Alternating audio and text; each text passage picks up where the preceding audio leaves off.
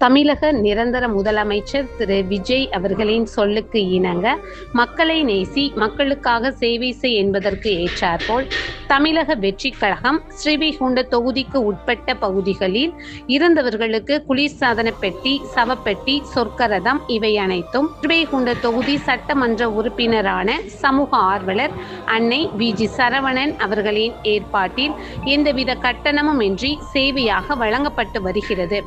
இந்நிலையில் பெத்தனாச்சி அம்மன் நகர் பகுதியைச் சேர்ந்த பெருமாள் அவர்களின் மகன் பாலசுப்பிரமணியன் அவர்கள் 12/5/2026 அன்று உடல்நலக் குறைவு காரணமாக காலமானார்.